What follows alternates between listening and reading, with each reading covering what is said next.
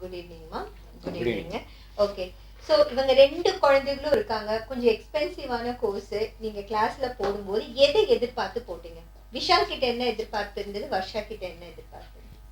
Education நல்லா இருக்கணும் அப்படின்ற மாதிரி அதுதான் எதிர்பார்த்தீங்க. படிப்புல அவங்க சூப்பரா இருக்கணும் அப்படின்னு எதிர்பார்த்தீங்க. என்னோட ஃபுல் பொட்டென்ஷியல் வந்து கிடைக்கிறதுக்காக தான் டிஆர் கிளாஸ்ல போட்டீங்கன்னு சொன்னீங்க. என்ன மாதிரியான சேஞ்சஸ் பார்த்தீங்க? வந்து கெஸ்ட் யாராவது வந்தா வீட்டுக்குள்ள போய் ஒளிஞ்சிக்குவோம். யார்கிட்டயுமே பேசவே மாட்டேன். முதல்ல கிளாஸுக்கு முன்னாடி அப்படிதான் யார்கிட்டயுமே நானு அவங்க அப்பா இப்ப எல்லார்கிட்டயுமே நல்லா பேசுறான். அந்த வித்தியாசம் உங்களுக்கு தெரியுது. எல்லார்கிட்டயுமே நல்லா பேசுறான். அந்த ஸ்ட்ரீட்ல உள்ளவங்க எல்லாருக்குமே தெரிஞ்சிருக்கு. ஓகே, இந்த வித்தியாசம். இப்ப நல்லா பேசுறான். ஏதாவது கேட்டா பதில் சொல்றான். முதல்ல அது இல்ல அப்படிங்கிறது. நல்லா கொஞ்சம் குறும்பு பண்ணுவா முதல்ல. ஓகே, அதுக்கப்புறம் சொல்ற பேச்சு கேட்கவே மாட்டா. அப்படியே சிவாலினி பாக்குறா. ஓகே, இப்போ வந்து பரவாயில்ல, நம்ம சொன்னா உடனே சரிங்கம்மா அப்படின்னு கேட்டுக்கிறா. இதுதான் முதல் சேஞ்சா நீங்க பாத்தீங்க. கிளாஸுக்கு போட்டு எவ்வளவு நாளுக்கு அப்புறம் சேஞ்ச் தெரிஞ்சது உங்களுக்கு? எனக்கு ஒரு 4 கிளாஸஸ் முடிஞ்சோடனே எனக்கு ஒரு டிஃபரன்ஸ் தெரிஞ்சது மேம். ஸ்டார்டிங்ல ஃபர்ஸ்ட் லெவல் முடிச்ச உடனே வித்தியாசம் தெரியும்.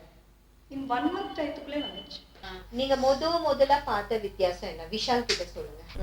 சொன்ன பேச்ச கேக்குறமா அப்படின்றான். முதல்ல அதெல்லாம் கிடையாது. நம்ம ஒண்ணு சொன்னா அவன் ஒண்ணு செய்வானா?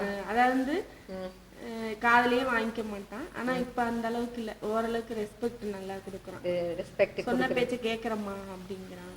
ஒரு எஸ்ஏவோ ஒரு இதோ படிக்கிறதுக்கோ அவங்க வந்து ரொம்ப கஷ்டப்படுவாங்க. ஒரு வாரம் கூட எடுத்துக்கும். ஆனா இப்ப வந்து டக்குன்னு ஜஸ்ட் லைக் தட் இப்போ ஒரு 5th லெவல் போயிட்டு இருக்காரு எக்ஸாம். ஜஸ்ட் லைக் தட் படிச்சாரு, எழுதினாரு. என்னோட ஹெல்ப் கூட தேவைப்படல.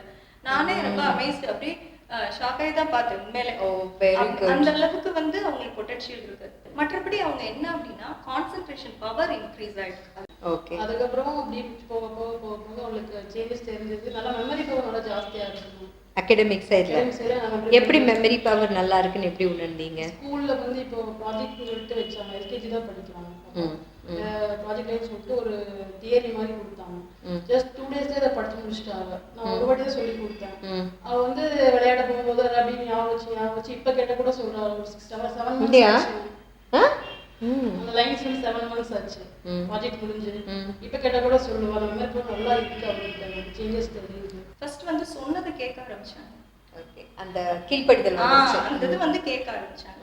அது கேட்க ஆரம்பிச்சோடனே ஒவ்வொருதுலயுமே கான்சென்ட்ரேட் பண்ண ஆரம்பிச்சாங்க. சுத்தி என்ன நடக்குது, இப்போ என்ன இதுன்னா இப்ப நான் ஏதாவது ஒண்ணு சொல்ல வந்தாலும் அவன் வந்து சொல்றது வந்து கரெக்டா இருக்கும்.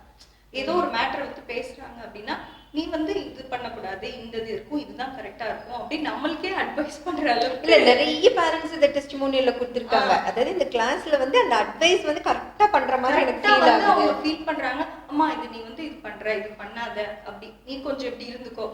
அந்த அளவுக்கு வந்து நம்மளுக்கு வந்து நம்மளே போய் இவ்வளவு ஏஜ்ல இருந்தோம் அவங்கள்ட்ட இருந்து கேட்கும்போது ஒரு சில அவன்கிட்ட நான் சொல்லிக்க மாட்டேன் வெளியே. ஆனா மனசுக்குள்ள நினைச்சுப்பேன் ரொம்ப அப்படியே ஹாப்பியா இருக்கும். படிப்புல நல்ல கான்சென்ட்ரேட் பண்ணலாம். ஓகே, கிளாஸ்ல போடுறதுக்கு முன்னாடி 100க்கு அப்படின்னு சொன்னா விஷால் எவ்வளவு மார்க் எடுத்துட்டு இருந்தாரு? 100க்குன்னா ஒரு 30 35 அவ்வளவுதான் எடுத்துட்டு இருந்தாரு. வர்ஷா அவளும் அப்படிதான் இருந்தாங்க. சோ இப்ப டிஆர் கிளாஸுக்கு அப்புறமா 100க்கு எவ்வளவு விஷால் வாங்குற? அப்படி 90 95 கான்சன்ட்ரேஷன் பவர் நல்லா இருக்கு. நல்லா கவனிக்கிறா. பாடி விளையாண்டு இருந்தாலும் கிளாஸ்ல வந்து ஒரு வாட்டி சொன்னா நல்லா ஞாபகம் வச்சுக்கிறா. மெயின் அது அவளுக்கு. முன்னாடிலாம் நான் வந்து படிக்கிறதுக்கு ரொம்ப நேரம் எடுப்பேன். ஆனால் டிஆர் கிளாஸ் வந்ததுக்கப்புறம் கான்சன்ட்ரேஷன் அதிகமாக இருக்குது. கொஞ்ச நேரத்துலேயே முடிச்சுட்டு நான் பாட்டு பேசிகிட்டு இருப்பேன்.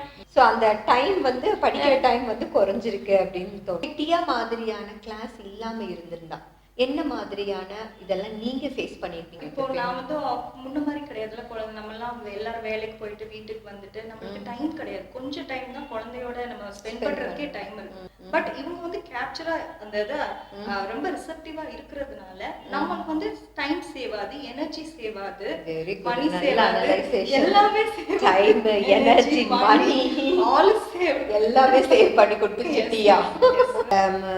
இந்த மாதிரியான வகுப்புகள் நம்ம சமூகத்துல தேவைங்களா? குழந்தைகளுக்கு தேவையா? கண்டிப்பா தேவை. ஸோ டிஆர் கிளாஸுக்கு மார்க் கொடுங்க அப்படின்னு சொன்னா 100க்கு as a மாமா நீங்க எவ்வளவு மார்க் கொடுப்பீங்க? 95. நீங்க 80 80 கொடுக்கலாம். ஸோ டிஆர் கிளாஸ்ல வந்து ஹாப்பியா இருக்கீங்க.